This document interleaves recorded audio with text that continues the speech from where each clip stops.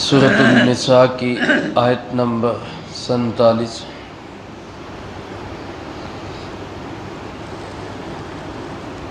الحمد للہ وکفیٰ والسلام علی عبادہ الذین اصطفیٰ خصوصا علی سید الرسل وخاتم الانبیاء وعلى آلہ واصحابہ الاتقیاء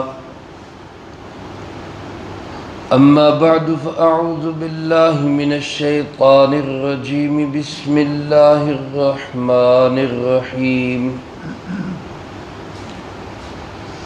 یا ایہا الذین اوتوا الکتاب آمنوا بما نزلنا مصدقا لما معکم من قبل ان نطمس وجوہا فنردها على أدبارها أو نلعنهم كما لعناها أصحاب السبت وكان أمر الله مفعولا يا أيها الذين أوتوا الكتاب، اے وہ لوگو جن کو کتاب دی گئی، آمینو ایمان لے آؤ، بما نزلنا اس پیغام پر جو ہم نے اتارا، مصدقا لما معکم جو کہ تصدیق کرنے والا ہے اس پیغام کی بھی جو تمہارے پاس ہے، من قبل ان نطمس وجوہا پہلے اس سے کہ ہم تمہاری شکلوں کو بگاڑ دیں، فنردها علی ادبارها اور ہم ان کو لوٹا دیں پشت کی طرف، او نلعنہم کما لعنا اصحاب السبت یا ہم ان لوگوں پر ویسے ہی لعنت کریں جیسے ہم نے لعنت کی ہفتے کے دن والوں پہ، وَكَانَ أَمْرُ اللَّهِ مَفْعُولًا اور اللہ کا امر ہو کے رہتا ہے۔ دائیں بائیں والے پنکھے بند کر یہ دو۔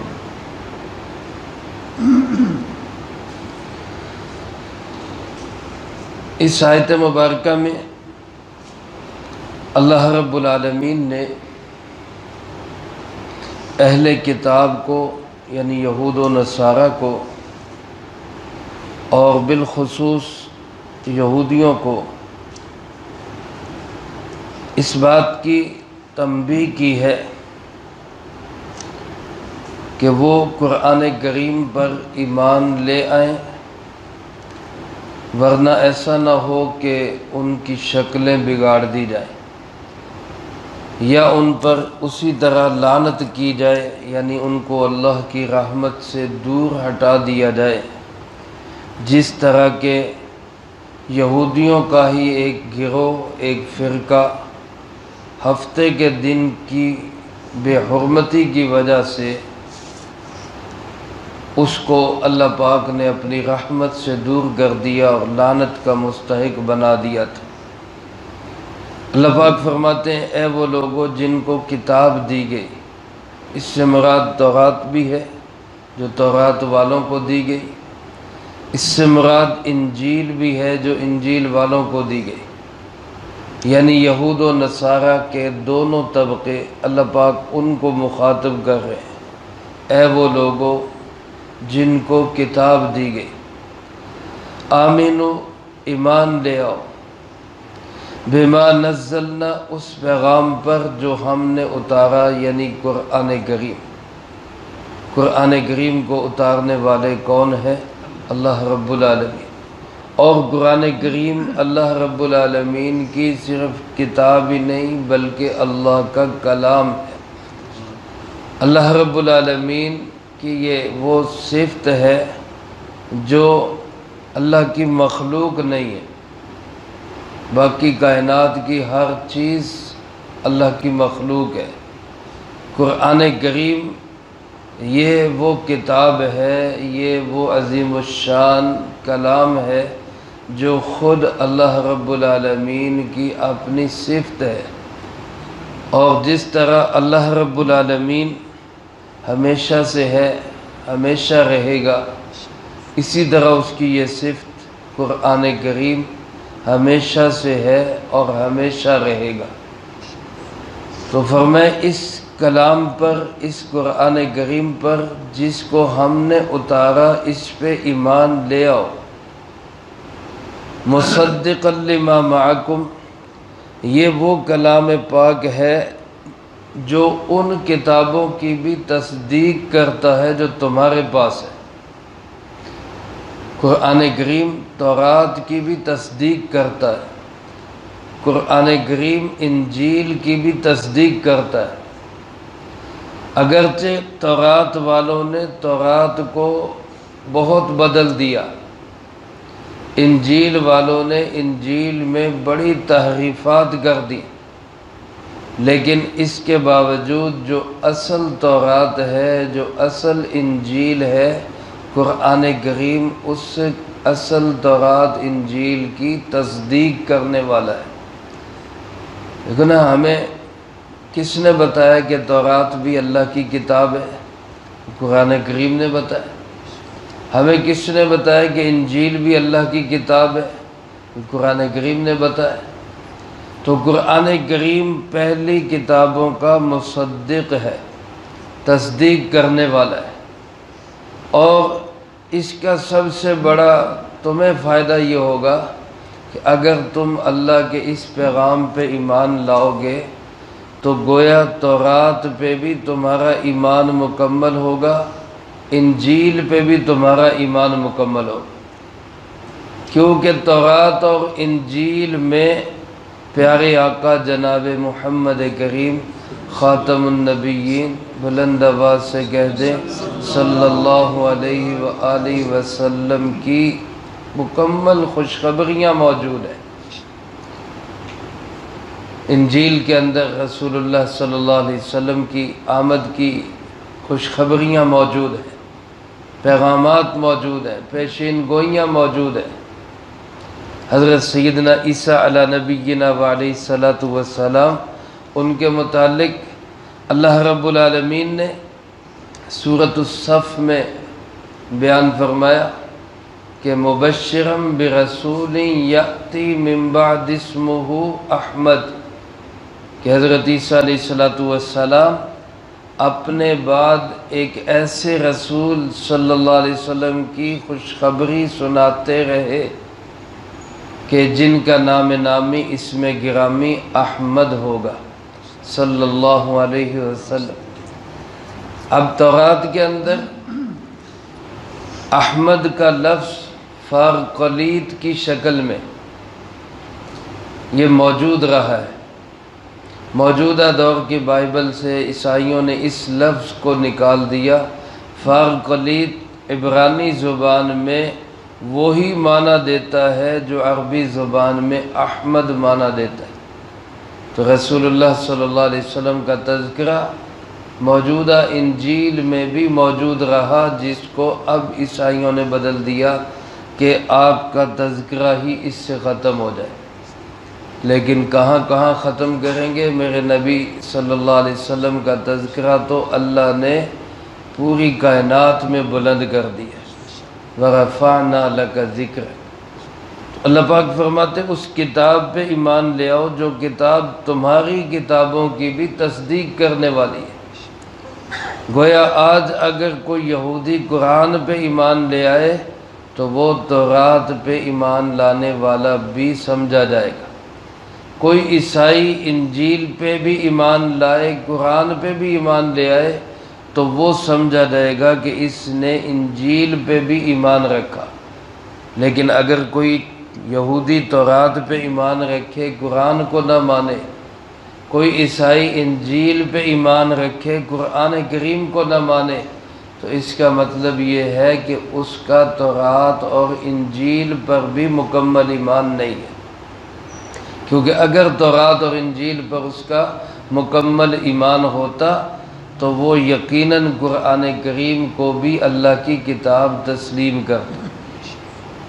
اسی طرح اگر کوئی آج یہودی حضرت موسیٰ علیہ السلام کو اللہ کا نبی مانتا ہے، لیکن حضرت عیسیٰ علیہ السلام اور حضرت محمد صلی اللہ علیہ وآلہ وسلم کو اللہ کا نبی نہیں مانتا، تو گویا اس یہودی کا حضرت موسیٰ علیہ السلام پر بھی پورا ایمان نہیں ہے، کہ اگر ان پر پورا ایمان ہوتا تو ان کی یہ بات بھی مانتا کہ ان کے بعد عیسیٰ علیہ السلام بھی آئیں گے اور ان کے بعد حضرت محمد صلی اللہ علیہ وسلم بھی تشریف لائیں گے۔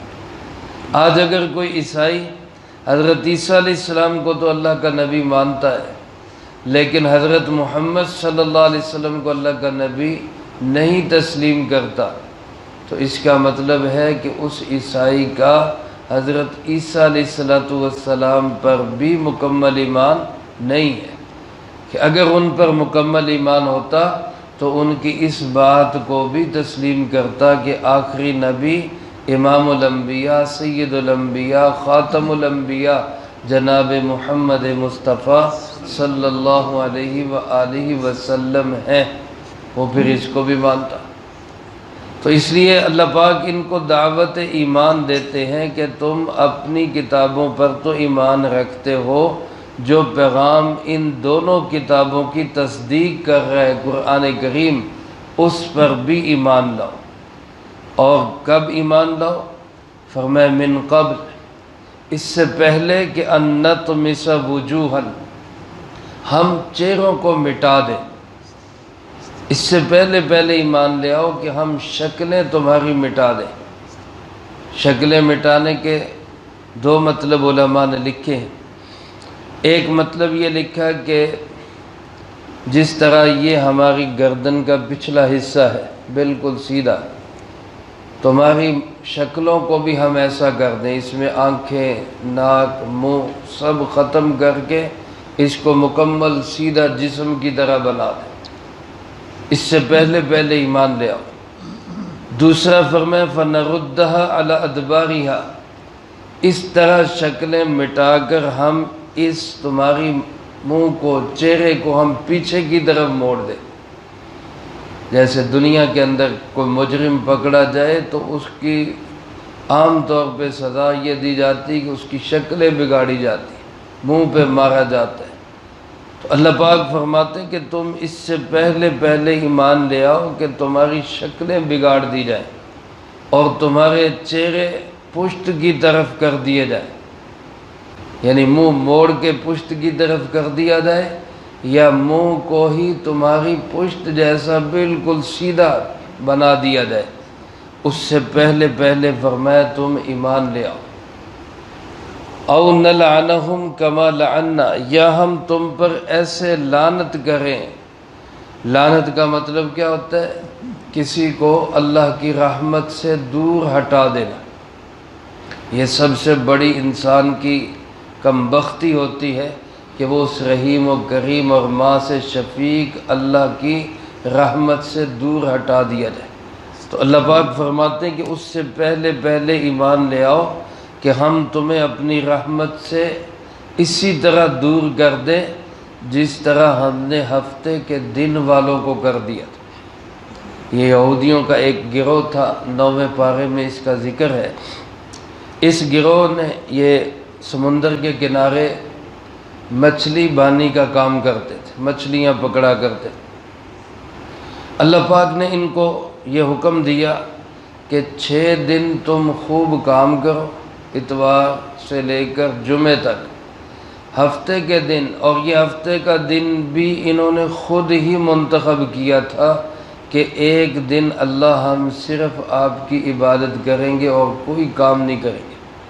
جیسے ہمارے لیے جمعے کا دن ہے، لیکن ہماری خوش قسمتی ہے کہ جمعے کا دن ہم نے خود منتخب نہیں کیا، بلکہ ہمارے لیے جمعے کا دن بھی اللہ رب العالمین نے خود منتخب کیا۔ اللہ نے ہمیں منتخب کر کے دیا جو سارے دنوں کا سردار ہے۔ یہودیوں نے اپنے لیے ہفتے کا دن مقرر کیا، عیسائیوں نے اتوار کا دن مقرر کیا کہ ایک دن ہم باقی سارے کام چھوڑ کر آپ کی عبادت کریں گے۔ اچھا، اب ان کے لیے حکم تھا کہ خود انہوں نے پسند کر لیا، اب ہفتے کے دن کوئی کام نہ کرے۔ اب اللہ کی شان ایک امتحان آ گیا ان پر۔ امتحان کیا آیا کہ 6 دن انہوں نے مچھلیاں پکڑنی ہوتی، 6 دن سمندر میں مچھلیاں آتی نہیں، کنارے پہ آتی نہیں تھی، یہ جال لگا کے اور کنڈیاں لگا کے بیٹھے رہتے، مچھلی کوئی نہ آتی۔ 7ویں دن جس دن پابندی تھی کہ آج کوئی کام نہیں کرنا، آج کوئی مچھلی نہیں پکڑنی، آج صرف اللہ کی عبادت کرنی، اس دن بہت مچھلیاں آتی۔ تو اب یہ اس امتحان میں ناکام ہو گئے۔ دیکھیں اس طرح کا ایک امتحان ہمارے پیارے آقا جناب محمد کریم صلی اللہ علیہ وسلم کی مقدس جماعت صحابہ کرام رضی اللہ تعالیٰ مجمعین پر بھی آیا۔ اللہ کے فضل و کرم سے وہ اس امتحان میں ایسے کامیاب گئے کہ اللہ پاک نے ان کی تعریف فرمائی۔ حدیث پاک میں آتا ہے احرام کی حالت میں حرم کے اندر شکار کرنا منع ہے۔ صحابہ فرماتے ہیں کہ ہم احرام میں تھے، حرم میں گئے تو شکار ہمارے اتنے قریب تھے کہ ہم ہاتھ سے پکڑنا چاہتے تو پکڑ سکتے، لیکن اللہ کا حکم تھا کہ اس حالت میں شکار نہیں کرنا، تو ہم نے شکار کی طرف کسی نے ہاتھ بڑھائے ہی نہیں۔ اللہ کے حکم پہ پورا اترے، اللہ پاک نے بھی تعریف فرمائی، بڑے اچھے لوگ ہیں، ماننے والے لوگ ہیں۔ امتحان آیا کرتے ہیں، آج بھی آتے ہیں۔ ایسے امتحانوں سے جو انسان کامیاب گزر جائے، اللہ اس کو پھر لازوال عزت نصیب فرماتا ہے۔ لیکن یہ یہودی پھنس گئے۔ 1 2 4 ہفتے تو انہوں نے دیکھا یار یہ عجیب چکر ہے کہ ہفتے کے دن خوب مچھلیاں آتی ہیں، آ کے ہمیں جو ہے نا وہ ہمارا دل جو ہے وہ للچاتی ہیں، اور باقی 6 دن آتی نہیں۔ اب انہوں نے اللہ کا حکم توڑنے کے لیے ایک ہیلا کیا۔ اللہ کا حکم توڑنے کے لیے ہیلا کرنا یہ اللہ کو سخت ناپسند ہے۔ اللہ کا حکم پورا کرنے کے لیے تو آپ کوئی طریقہ اختیار کر سکتے ہیں کہ کسی طرح اللہ کا حکم پورا کیا جائے، لیکن اللہ کا حکم توڑنے کے لیے کوئی بہانہ، کوئی ہیلا تلاش کرنا یہ یہودیوں کی عادت ہے۔ اب انہوں نے کیا کہ سمندر کے کنارے چھوٹے چھوٹے تالاب بنائے، سمندر سے نالیوں کے ذریعے ان تالابوں میں ہفتے کے دن مچھلیوں کو گھیر کے لے آتے اور پیچھے وہ نالیاں بند کر دیتے۔ اب ہفتے کے دن وہ تالابوں میں گھیر کے لے آتے اور اتوار کو نکال لیتے اور کہتے جی ہم نے ہفتے کو تو نہیں پکڑی، ہفتے کو تو بس وہاں سے صرف تالاب میں لائے، ہم نے اتوار کو پکڑی۔ اللہ کے اس حکم کو توڑنے کے لیے یہ عجیب ہیلا انہوں نے اختیار کیا۔ اس وقت کے اللہ کے نبی علیہ الصلوۃ والسلام نے ان کو سمجھایا، لیکن وہ نہیں مانے۔ کچھ لوگوں نے مانا، کچھ نے نہیں مانا۔ کچھ نے وہاں پہ کہا جی ہم تو خاموش رہیں گے، ہم کچھ بھی نہیں کہتے، کرتے رہے جیسے آج کل ہم لوگ بعض کہتے ہیں جی جڑا جتھے لگا لگا۔ ایک صبح ایسا ہوئی کہ جب صبح اٹھے ہیں تو جو ماننے والے تھے انہوں نے دیکھا بھائی اس سائیڈ سے کوئی آواز ہی نہیں آ رہی، گھر اپنے الگ کر لیے، ان سے اپنے گھر، کاروبار، کام کاج سب الگ کر لیے، اور صبح جب دیکھتے ہیں وہاں کوئی آواز نہیں، کوئی شور شرابہ نہیں، کوئی اٹھے نہیں۔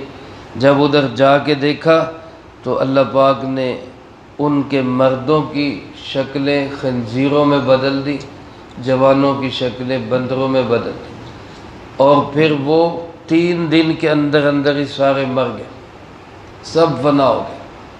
یہ نہیں کہ خنزیر اور بندروں کی نسل ان سے چلی آ رہی، نہیں، یہ الگ جانور ہیں، یہ پہلے بھی موجود تھے، آج بھی موجود ہیں۔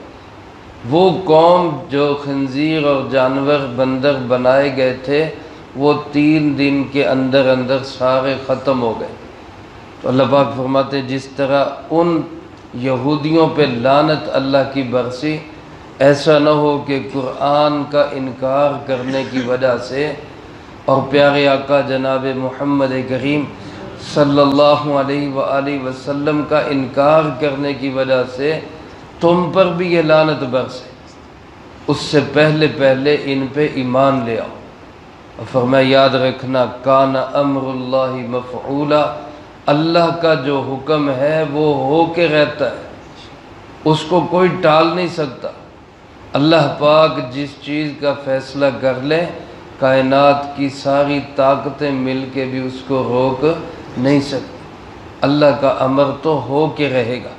اگر تم نے نہ مانا، اگر تم نے تسلیم نہ کیا اور اللہ پاک نے اس کا فیصلہ کر لیا تو پھر کوئی روک نہیں سکے گا۔